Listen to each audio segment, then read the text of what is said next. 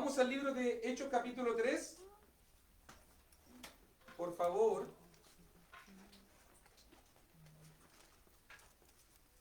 Estamos en la presencia del Señor y bueno, saludamos a todos los hermanos que en este momento, ya sea por la dinámica de la cuarentena total, no han podido participar con nosotros en este estudio. Pero lo que habitualmente hacemos, y también eso es para los que están desde afuera siempre acompañándonos, es estudiando el libro de los Hechos y vamos a continuar en el capítulo 3. Allí, por favor, como estamos en la presencia de Dios, quienes nos acompañan como los que estamos aquí, abramos nuestras Biblias, busquemos la palabra del Señor y en el libro de los Hechos, capítulo 3, vamos a estar considerando hoy día la porción bíblica del versículo 21 al 26. Ya estamos terminando el segundo sermón de Pedro. Hemos hablado Hechos 3, 21 en adelante. Estamos analizando el segundo sermón de Pedro, el sermón del pórtico de Salomón, y habíamos situado esta escena en un momento de adoración. Es la hora novena del día. Han estado orando. En ese momento aparece un hombre cojo de nacimiento y que es sanado por la misericordia del Señor. Este hombre comienza a alabar a Dios, la audiencia es cautiva con el poder de Dios y en ese momento Pedro con Juan comienzan a predicar un sermón a la multitud. Y este sermón habla, y estuvimos enfocando en la clase pasada, el sermón hablaba mucho acerca, número uno, por si acaso, lo enfatizamos mucho en la clase pasada, en cuanto a negar a Cristo. En cuanto a que Pedro mismo, el que negó a Cristo, le dijo a la multitud: ustedes se entregaron, ustedes negaron al santo y al justo, pediste que se os diese un homicida y mataron al autor de la vida, haciendo culpable a esa multitud como a todos nosotros por haber, en este caso, acabado con la vida del Salvador. Y allí Pedro estuvo, obviamente, invitando a la conversión, verso 19, arrepentidos y convertidos para que sean borrados vuestros pecados. Y habíamos terminado, por lo menos con las dos bendiciones que promete. Recuerde que en Hechos 2:38, las dos promesas eran perdón de pecados y recibir el Espíritu Santo. Ahora, las dos promesas en 3:19 y 3:20 es ser borrados los pecados, que vengan de la presencia del Señor tiempos de refrigerio y que Él envíe a Jesucristo.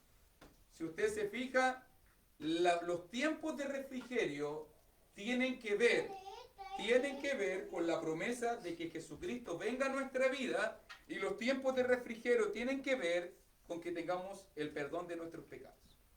Dios, al borrar nuestros pecados, comienzan los tiempos de refrigerio, o también Él envía a Jesucristo. Quédese, por favor, con la idea de versículo 20, y Él envíe a Jesucristo, que os fue antes anunciado.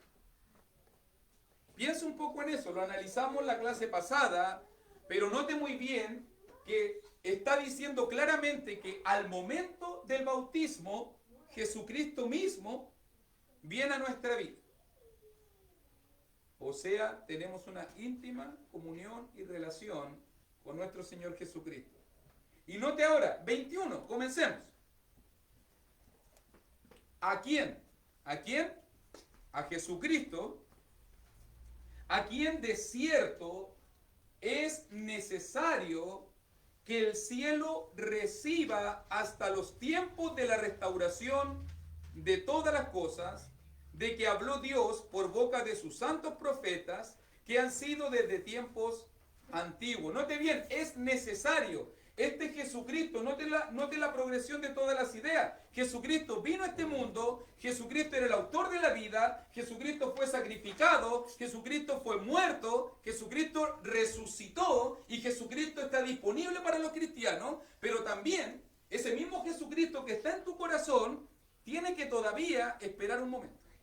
según lo que dice versículo 21. Hasta los tiempos de la restauración de todas las cosas.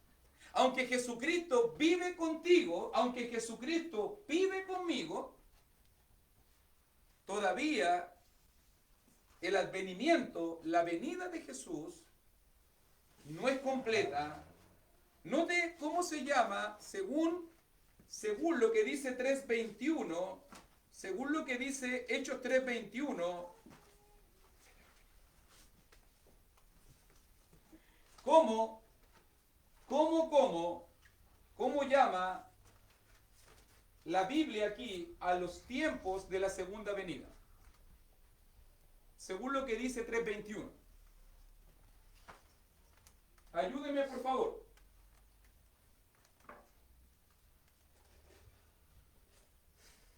¿Cómo llama el apóstol Pedro a los tiempos de la segunda venida?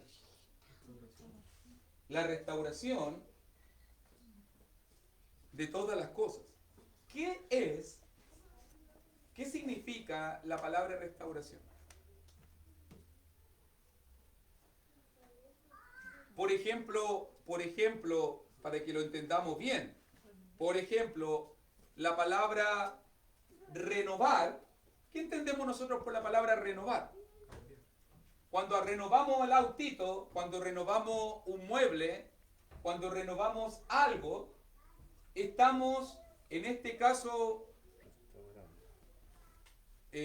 haciéndolo más bonito, limpiándolo, llevándolo a un estado mejor del que tenía, ¿cierto? Es un cambio que va a un estado mejor del que tenía. Algunas mejoras. Pero restaurar es diferente a renovar. Para que entendamos que, ¿y por qué estoy diciendo esto? Porque la palabra clave que está diciendo aquí en 3:21 es que los tiempos de la segunda venida son tiempos de restauración y no son tiempos de renovación. Porque hoy día la secta de los testigos de Jehová, por ejemplo, nos vende, la secta de los testigos de Jehová nos vende una tierra renovada. Nos vende una tierra renovada. O sea, una tierra que va a cambiar, una tierra donde va a ser los animalitos, van a andar caminando con nosotros, pero la promesa es aquí. Pero si usted se fija, Dios no quiere prometerme una tierra renovada. Dios me dice, yo quiero restaurar todas las cosas. Yo quiero restaurar todas las cosas. Y restaurar significa volver a algo a su original. Eso es restaurar. Eso es diferente. Por eso nosotros siempre en la iglesia de Cristo hablamos siempre acerca de la restauración de la iglesia y no la renovación de la iglesia. No queremos renovar nosotros la iglesia. Nosotros queremos volver siempre al cristianismo primitivo. Queremos siempre volver al original. Nosotros no queremos maquillar la iglesia y tratar de hacerla mejor que otras congregaciones. No queremos eso. Eso no nos interesa. Eso no nos preocupa a nosotros compararnos con otra iglesia y pensar que somos mejores o que hacemos mejores cosas que ellos o adoramos de una mejor manera que otros. No queremos renovar la iglesia. Nosotros queremos restaurar, o sea, volver a la idea original. Ese siempre ha sido el llamado de Dios. En este caso, la restauración de todas las cosas tiene que ver que Dios, lo que un día le ofreció al mundo en el Edén, lo que Dios un día ofreció allí en el huerto, Dios quiere volver a restaurarlo y entregarlo a nosotros. Pero para que eso sucede, según dice versículo 21, es necesario que el cielo reciba a Cristo. Nótelo bien. Cristo vino, estaba en el cielo, vino a este mundo, nos dejó el evangelio, regresó al cielo y tiene que aguardar hasta que Dios decida que va a restaurar todo. Y según versículo 21, según lo que dice verso 21, de que habló Dios por boca de sus santos profetas. Note el énfasis, versículo 18 dice, pero Dios ha cumplido así lo que antes había anunciado por boca de sus profetas. Verso 21, por boca de sus santos profetas. Versículo 24, y todos los profetas desde Samuel en adelante. Versículo 25, vosotros sois los hijos de los profetas. O sea que el mensaje, el sermón de Hechos capítulo 3, tiene que ver con la profecía. Tiene que ver con lo que se dijo y lo que se está cumpliendo. Note el énfasis de Hechos 2 era un sermón, el sermón de Hechos 2 era para poder decirle a la nación, ustedes lo mataron a él, y están perdidos y necesitan salvación. El objetivo del sermón de Hechos capítulo 3 le está diciendo, todo esto que pasó estaba profetizado. Ustedes no han hecho nada que Dios ya no sabía que iba a pasar. Estaba listo. E incluso, si tú lo miras muy bien allí, comienza a citar, verso 22, porque Moisés dijo a los padres, el Señor vuestro Dios os levantará profeta de entre vuestros hermanos como a mí. Y Pedro comienza a citar Deuteronomio, un libro que escribió Moisés hace miles de años atrás, y ya en Deuteronomio capítulo 18, la profecía bíblica decía de que iba a ser levantado uno. ¿Quién es este uno? Cristo. ¿Quién es este uno? Cristo. ¿Y qué es lo que iba a suceder? Había que oír a Cristo. Había que oír a Cristo. A él oiréis en todas las cosas que os hable, y toda alma que no oiga a aquel profeta, dice allí verso 23, será desarraigada del pueblo. ¿Te fijas muy bien? Propósito. ¿Qué pasa si no oímos a Cristo? Según lo que dice el pasaje acá. ¿Qué va a suceder si no oímos la voz de ese profeta? ¿Qué va a suceder? Vamos a hacer, ¿qué significa la palabra desarraigar? La palabra desarraigar es como cuando está una ramita, está el árbol y uno toma la ramita y uno arranca la ramita del árbol. Vas a ser cortado. Vas a ser cortado del pueblo. ¿Por qué? Porque no oímos. ¿Por qué? Porque no oímos al profeta. Dice verso 22. Qué importante, siempre cuando evangelizamos citamos este versículo. A él oiréis en todas las cosas que os hable. Ya lo dijo, por ejemplo, en el monte de la transfiguración, la voz de Dios. Este es mi hijo amado. Mateo 17:5. A él oiréis. ¿Sí? A él oír. A él oiréis. Este es mi hijo amado, en quien tengo complacencia. A él oír. ¿Qué Dios quiere que hagamos? Oigan a Cristo. Pedro está diciendo, estaba profetizado que teníamos que oír a Cristo. Estaba dicho desde sus santos profetas que desde tiempos antiguos, ya Moisés lo dijo miles de años antes. Y ya Dios lo dijo miles de años antes, que el que no oiga a aquel profeta, el que no oiga a Cristo, será desarraigado del pueblo. Y ahora Pedro comienza a hacer un repaso, verso 24, y todos los profetas desde Samuel, fíjese, no solamente está acudiendo a los patriarcas, que ya lo dijo desde tiempo antiguo, también citó a Moisés, ahora también está citando desde Samuel en adelante, ¿cuántos han hablado? También han anunciado estos días. ¿Qué días? ¿Qué días? ¿Te vas dando cuenta, mi querido hermano, qué días? Dice estos días. Recuerde que el sermón del capítulo 2 se basó en aquellos días cuando el Espíritu Santo va a ser derramado. Aquellos días, los postreros días que comenzaron, Pedro sigue anunciando y todo lo que está pasando en aquellos días, el derramamiento del Espíritu Santo, el establecimiento de la iglesia de Cristo, la conversión de la gente y todo lo que está sucediendo está pasando exactamente en la cronología de Dios, y por eso que está diciendo, ¿qué aprendemos nosotros para que usted entienda? ¿Qué podemos aprender nosotros llegando a este punto cuando miramos allí versículo 24? ¿Qué podemos aprender de Dios? ¿Saben lo que a mí me gusta cuando yo pienso en Dios?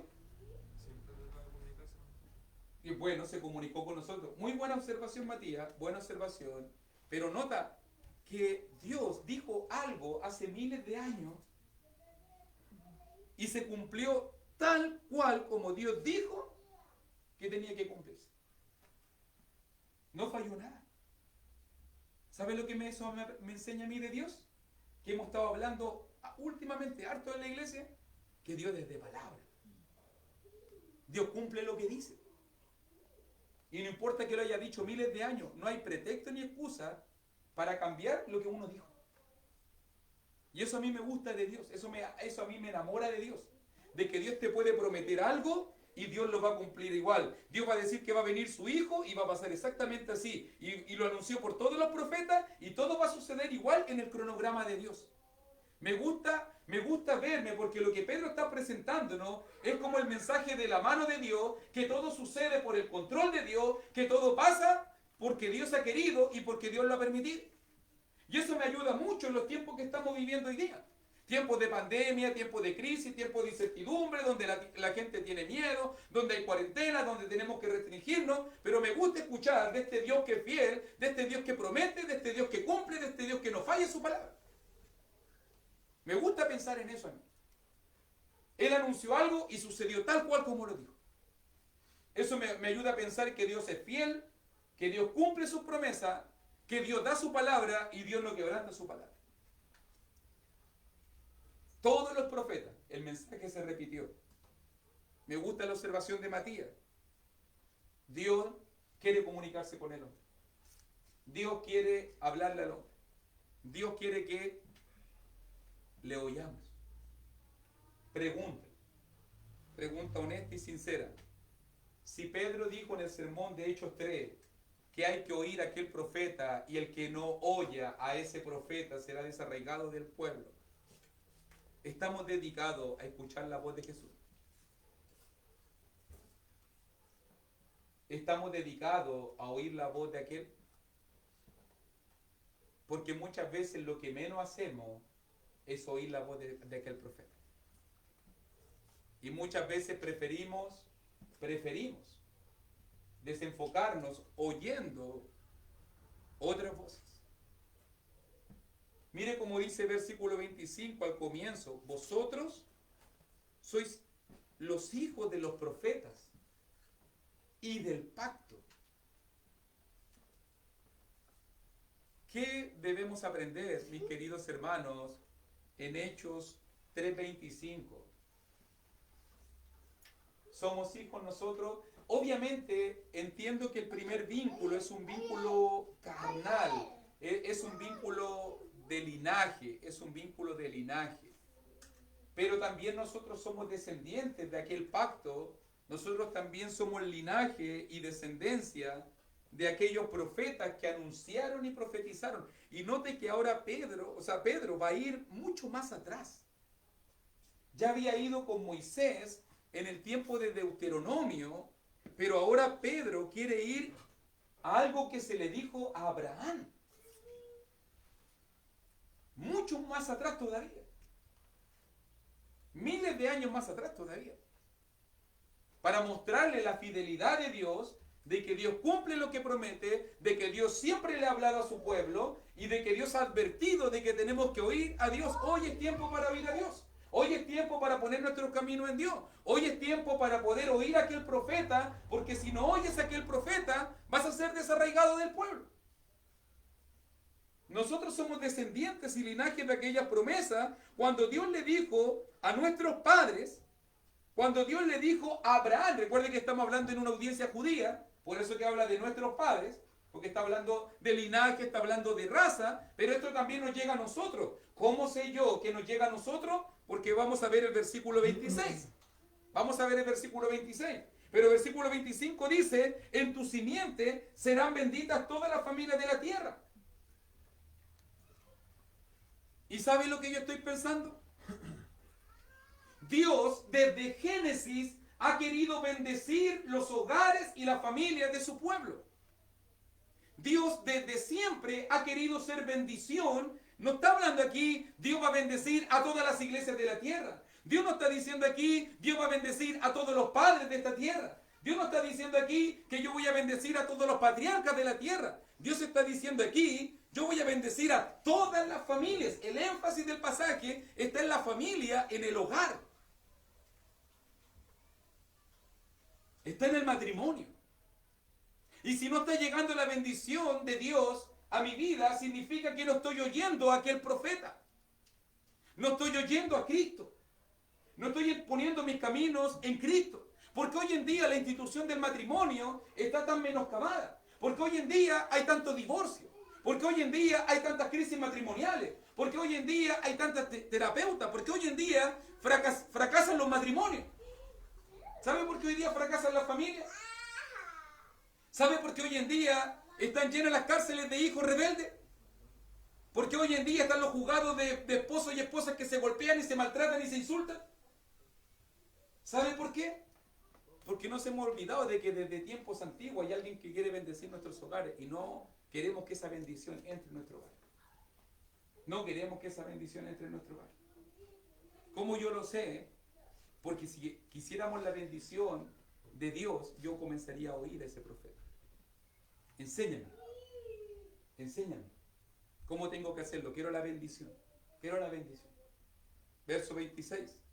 A vosotros primeramente Dios, habiendo levantado a su Hijo, no que la multitud, está diciéndole a la multitud que está reunida ahora, que Dios levantó a su Hijo. Recuerde que ya los ha culpado que lo negaron, ya los ha culpado que lo mataron, pero también ha confesado y proclamado que Él es testigo de esta resurrección, a su Hijo, y lo envió. Note, versículo 20 nos decía, y envía a Jesucristo. Ahora versículo 26 dice, y lo envió para que os bendijese. ¿Cuándo sucedió eso? Dijimos la clase pasada, eso sucedió en el momento del bautismo. Cuando tú te bautizaste, cuando yo me bauticé, Dios envió a su Hijo Jesucristo a tu vida, Dios mismo morando dentro de ti, Dios mismo morando dentro de ti, para bendecir tu vida. Y por lo que aprende en versículo 26, para bendecir familia. Para bendecir tu familia. ¿Cierto? Lo envió para que os bendijese. ¿Por qué no llega la bendición de Dios a mi familia? ¿Por qué no llega la bendición de Dios a mi vida? Versículo 26 al final. A fin de que cada uno se convierta de su maldad. Note que el tema de 3.19 era arrepentidos y convertidos. Ahora, el tema de 3.26, conviértanse de su maldad. Conviértanse de su maldad. ¿Se va dando cuenta? Yo puedo hacerme la pregunta, mis queridos hermanos. Si yo quiero la bendición de Dios en mi familia, si yo quiero la bendición de Dios para mi vida, ¿qué tengo que hacer? Convertirse de la maldad, dejar de hacer maldad. ¿Por qué fracasan los matrimonios hoy en día? Porque la gente no quiere convertirse. Porque hoy en día fracasan los esposos, fracasan las esposas, fracasan los hijos. Porque hoy en día hay tanta violencia de género. Porque hoy en día hay tanta maldad que la gente no quiere convertirse. La gente quiere las bendiciones de Dios. Ve que decimos, nos gusta este versículo, si cuando la gente lee el versículo 25, que Dios quiere hacer benditas todas las familias de la tierra, versículo 26, para que os bendijese. Sí, Señor, bendíceme. No, si yo quiero la bendición de Dios, yo no quiero que me falte platita, yo no quiero que me falte comida, yo no quiero que me falten las cosas. No, yo quiero la bendición de Dios para mi vida. Pero para que llegue la bendición de Dios a tu vida, tienes que convertirte. No. ¿Cómo me va a llegar la bendición de Dios si no me convierto? ¿Cómo me va a llegar la bendición de Dios? Para que cada uno, note, me gusta el énfasis, porque aunque está hablando de la familia, dice cada uno. ¿Qué significa eso? que no importa si el esposo se convierte y lo hace él solo. No importa si la esposa se convierte y lo hace sola. No importa si los hijos se convierten y lo hace solo. Cada uno tiene que dar cuenta a Dios y cada uno tiene que colaborar a la bendición de Dios. Es así, cada uno. ¿Ves que la gente dice hoy día, levanta tu mano, acepta a Jesucristo y tú vas a ser salvo tú y toda tu casa? No, si la bendición de Dios es para toda la familia. Y no es para toda la familia. La bendición es para uno y tú tienes que contribuir para que el otro también sea bendición y cada uno tiene que recibir su bendición de Dios y cada uno tiene que ser convertido porque la salvación es personal, pero la bendición de Dios también es personal. Y cuando sumamos esas bendiciones, entonces va a decir, se va a cumplir esta promesa. ¿Sabe lo que yo estoy pensando? Pedro está hablando un tema tan profundo que no comprendemos. Que cuando Dios habló con Abraham y le dio las promesas del pacto, Dios ya estaba pensando en Cristo. Miles de años. Ya estaba pensando en su Hijo. Y ya estaba pensando en que teníamos que venir, o sea, que tenía que venir Él para que nosotros pudiésemos tener una oportunidad de que la bendición llegara a mi hogar. No de otra manera. Miles de años antes. Miles de años antes Dios tuvo que hablarnos, va a venir mi hijo, va a venir el Cristo. Va a venir el Cristo. Él quiere bendecir tu hogar.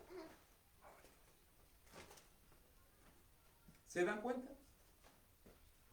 Palabras clave dentro del sermón del capítulo 3. Palabras clave. Negar.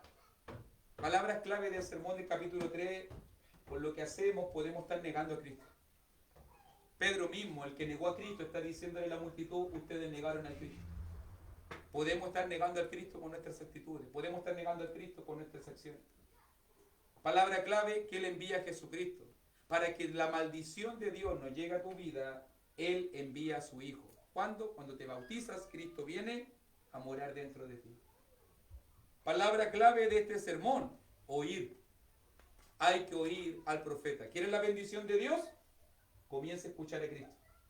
¿Quieres que Dios bendiga a tu familia? ¿Quieres que Dios te prospere? ¿Quieres que Dios te ayude? ¿Quieres que Dios te salve? Oye al profeta. Palabra clave, convertirse. ¿Sabe lo que es convertirse? Lo explicamos en la clase pasada. Pero para aquellos que no se han conectado, convertirse significa cambiar. Pedro pudo haber dicho, bautícense. Como lo dijo en Hechos 2:38. Pero a Pedro no le importa solamente que la gente se bautice. Porque si yo me bautizo y no cambio, no he hecho nada. Solamente me metí con pecado al agua y salí con pecado del agua. No pasó nada. ¿Y cuánta gente, tanto énfasis, no, bautices hermano, y bautices hermano, y bautices hermano? ¿Y de qué me sirve que se bautice una persona si no va a cambiar? Y por consecuencia, si no cambia, no va a llegar la bendición de Dios a su vida. Cristo no va a estar en su vida. Lo que más debería preocuparnos es que la gente se convierta. Eso es lo que importa, que la gente cambie realmente, que dé un giro de 180 grados, que la gente realmente se arrepienta de sus pecados, que la gente realmente deje las malas prácticas, que la gente realmente se convierta a Dios de corazón, deje la maldad, aborrezca la maldad. Pero la gente se bautiza y sigue haciendo cosas malas. Si más adelante se me arregla la cara. Si más adelante cambiamos. ¿Qué más adelante cambiamos? No vamos a cambiar. No va a llegar la bendición de Dios. ¿Cuánta gente está lidiando en ese mismo desenfreno, en esa misma vorágine descendente, en ese mismo círculo vicioso? ¿Y sabe por qué pasa eso? Porque no se convirtió. Porque no ha cambiado. Porque Dios quiere hacer un nuevo corazón. Ezequiel 36:26. Un nuevo corazón, una nueva mente. Quitar ese corazón de piedra y que haya un corazón de carne. Y daré un espíritu nuevo dentro de ti. Pero la gente no quiere convertirse. La gente no quiere cambiar. La gente quiere a Dios para que me bendiga. La gente quiere a Dios cuando estoy enfermo. La gente a Dios quiere cuando hay que pedir oración. La gente quiere a Dios cuando hay que hacer cositas buenas, cuando Dios me tiene que ayudar. Pero cuando se trata de cambiar, de dejar el pecado, la mala práctica, de ponernos disciplinados, leer la palabra, orar, congregarnos, no, muy duro, muy fuerte. Es que mira. ¿Cierto? Así es la gente hoy en día. Y por eso no viene la bendición de Dios a su vida. Por eso no viene la bendición de Dios. Las bendiciones materiales pueden llegar y eso da lo mismo. Pero la bendición de Dios a su vida no está. Recuérdese que la Biblia dice claramente que hay bendiciones que son materiales y hay bendiciones que son espirituales. Acuérdense que eso lo dice Efesios capítulo 1, versículo 3. El que nos ha bendecido con toda bendición espiritual. ¿Qué es lo que la gente hoy día está preocupada? ¿Ve que estamos hablando de bendición? Y cuando usted piensa en bendición, ¿en qué está pensando? Platita, auto, casa, cosas materiales. No, Pedro no está hablando de eso. Pedro no está hablando nada de eso. No está pensando en bendición material. Eso es lo que está pensando usted. Eso es lo que la gente piensa cuando piensa en bendición. Y si fuera así, entonces Cristo fue el menos bendito de todos. No tenía ni dónde recostar la cabeza. No tenía ni siquiera para una moneda. Job entonces fue el menos bendito de todos. Entonces los apóstoles, que tuvieron que pasar hambre, azotados, Pablo, eran los menos benditos de todos. Porque no tenían bendiciones materiales. Es que ellos no estaban mirando la vida de esa perspectiva. No estaban mirando la vida de esa perspectiva. Ellos estaban mirando la perspectiva de las bendiciones espirituales. ¿Cuáles son las bendiciones espirituales? Más fe, más amor, más compromiso, más fidelidad, más perseverancia. Ser lleno del Espíritu Santo. Esas son las bendiciones que la gente no busca. Nadie quiere esas bendiciones. Que tu nombre esté inscrito en el libro de la vida. El poder servir con los dones que Dios me ha entregado. Todas esas son bendiciones espirituales. Pero a nadie le importan esas bendiciones. No, platita. ¿Cierto? Eso es lo que a la gente le preocupa. Casa. ¿Cierto?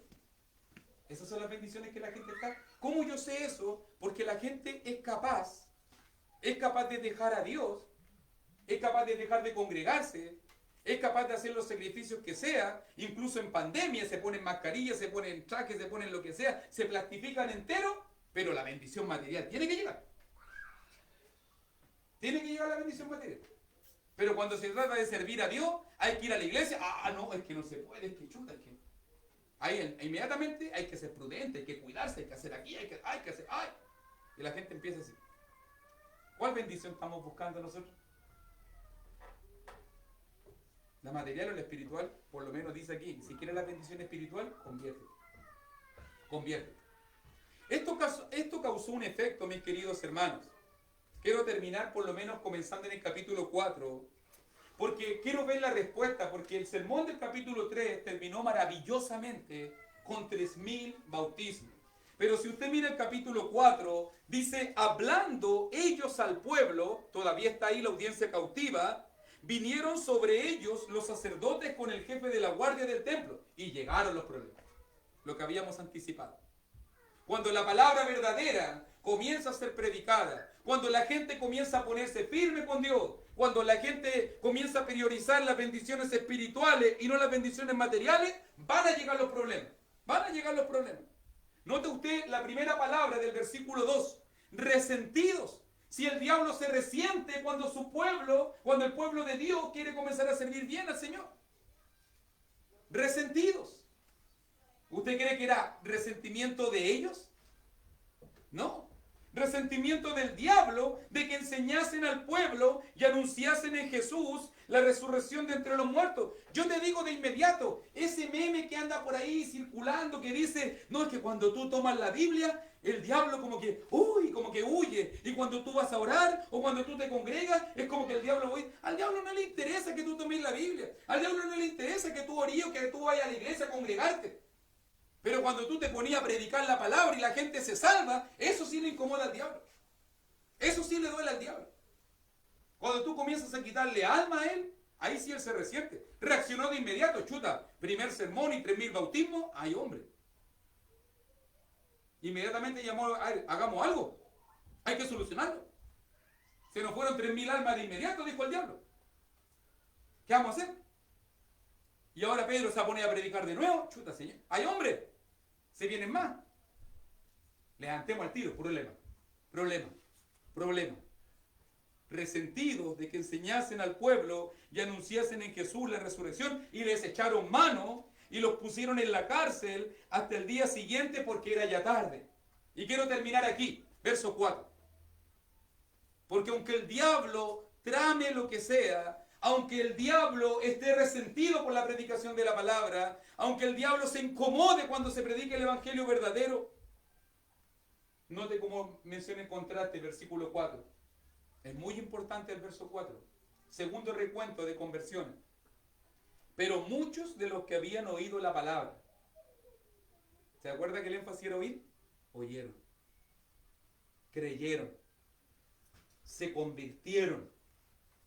Y el número de los varones, marca ahí la frase varones, eso significa que usted tiene que multiplicar, que también la mitad era otra, había más mujeres y niños, o sea, por lo menos tienen que haber habido más de 10.000 personas, más de 10.000 personas, porque dice solo varones, había 5.000. O sea que desde el primer sermón al segundo sermón hubieron 7.000 conversiones más. 7.000 conversiones. Si en Pentecostés se convirtieron 3.000 y ahora hay como 5.000 varones, hay más de 10.000 personas, algunos dicen hasta 12.000 en ese momento en la iglesia, ya en el segundo sermón de Pedro. Mire lo que está pasando. El diablo está incómodo. El diablo va a estar incómodo. Por eso que al diablo no le preocupa que tú tomes la Biblia, que vayas a la iglesia, que tú hagas cosas espirituales. Al diablo no le interesa eso. Eso no le quita poder a él. No le quita ningún poder a él. Después igual te hace mentir, después igual te hace robar, después igual te hace hacer cosas malas. Igual lo hace. Pero cuando tú le arrebatas almas a él, cuando tú comienzas a trabajar para que la gente se salve y la gente cambie, la gente se convierte, él se resiente de inmediato. Y levantó inmediatamente saduceos, inmediatamente, ¿cierto? Todas estas cosas que pasan hoy en día. Cosas que hoy en día entorpecen la obra de Dios. ¿O usted no cree que el diablo está festinando en este mismo momento porque en todo el mundo hayan pandemia y hayan cuarentena y la gente tenga que estar limitado? ¿Cuánta gente hoy en día está preocupada de las cosas espirituales? Algunos venían súper mal y llegó la pandemia, ¡pum!, los terminó de matar. ¿Y qué pasa si viene Cristo ahora? Sin tomar la cena del Señor, sin ofrendar como corresponde, sin congregarse como corresponde. ¿Qué va a pasar con toda esa gente? ¡Ay, yo amo a mi Diosito! ¿Te vas a perder? ¿No te convertiste? ¿No pusiste tus caminos en mí?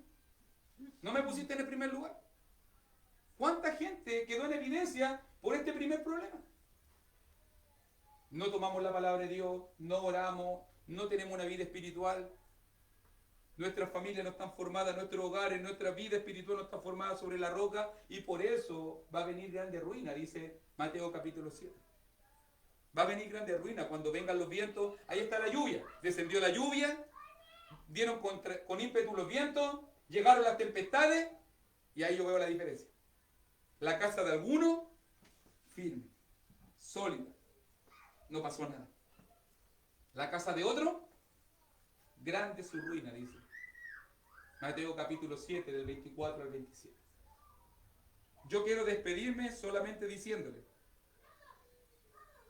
qué poderosa se hizo la iglesia cuando ellos entendieron que tenían que oír, cuando ellos entendieron que tenían que convertirse, cuando ellos entendieron que tenían que cambiar y entregarse a Dios. Pedro predicó poderosamente la palabra y ya hay más de 10.000 personas convertidas. Cuando tú predicas la palabra, la gente se va a convertir. Cuando tú predicas el evangelio verdadero, la gente va a cambiar. Cuando tú dices la verdad, aunque sea en amor o duramente o ásperamente, la palabra misma va a provocar fruto, porque es una semilla poderosa, es una semilla poderosa que transforma y que convierte los corazones. Que Dios nos ayude. Vamos a continuar la próxima semana con el capítulo 4, pero ya hemos visto dos sermones de Pedro y hemos visto poderosamente cómo Dios obra en la vida de las personas, aunque el diablo se levante. Vamos a orar. ¿O tiene algún comentario?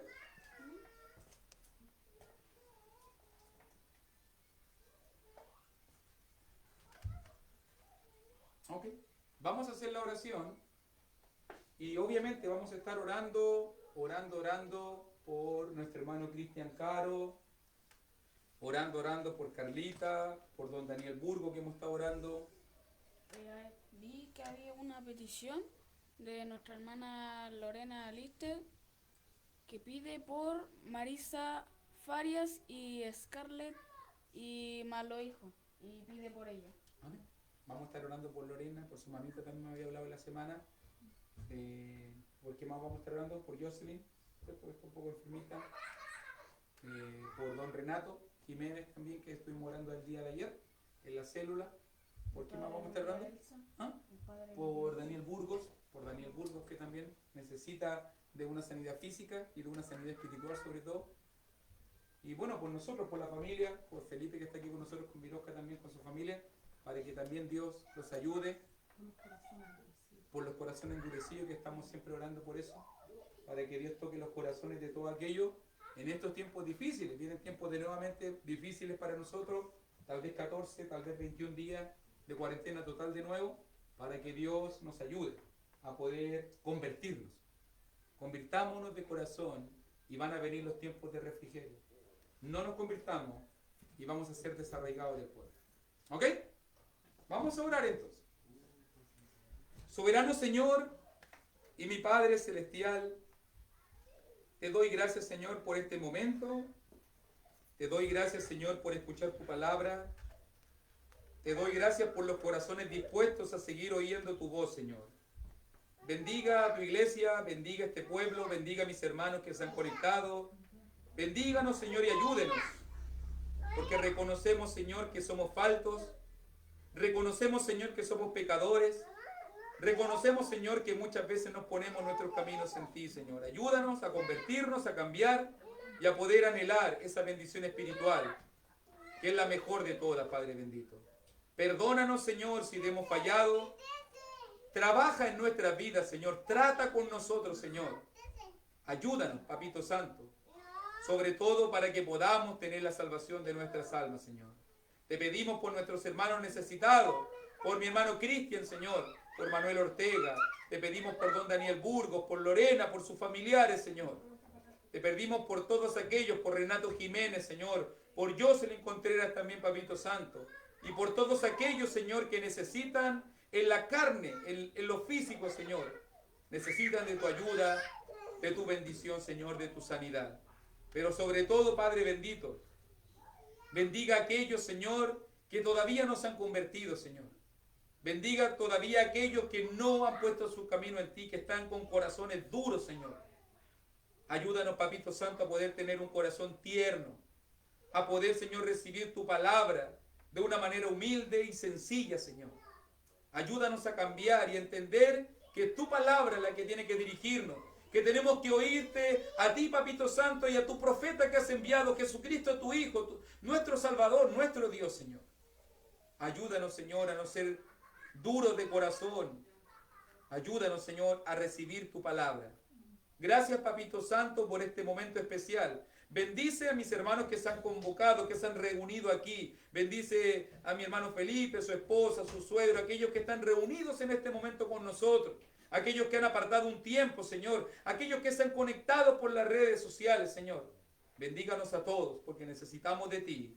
Y gracias, Papito Santo, porque estás con nosotros. Gracias, Señor, porque nos estás esperando y preparando esos tiempos de restauración, Señor. Queremos estar en Edén nuevamente. Queremos estar en tu huerto. Queremos estar en la salvación, Padre bendito. Gracias, Señor, por este precioso momento. Y es en el nombre de Jesucristo que vive y reina que oramos, que te damos gracias. Y te dejamos todas estas peticiones. Amén y amén. Muchas gracias. Que el Señor les bendiga y nos despedimos de nuestros queridos hermanos también.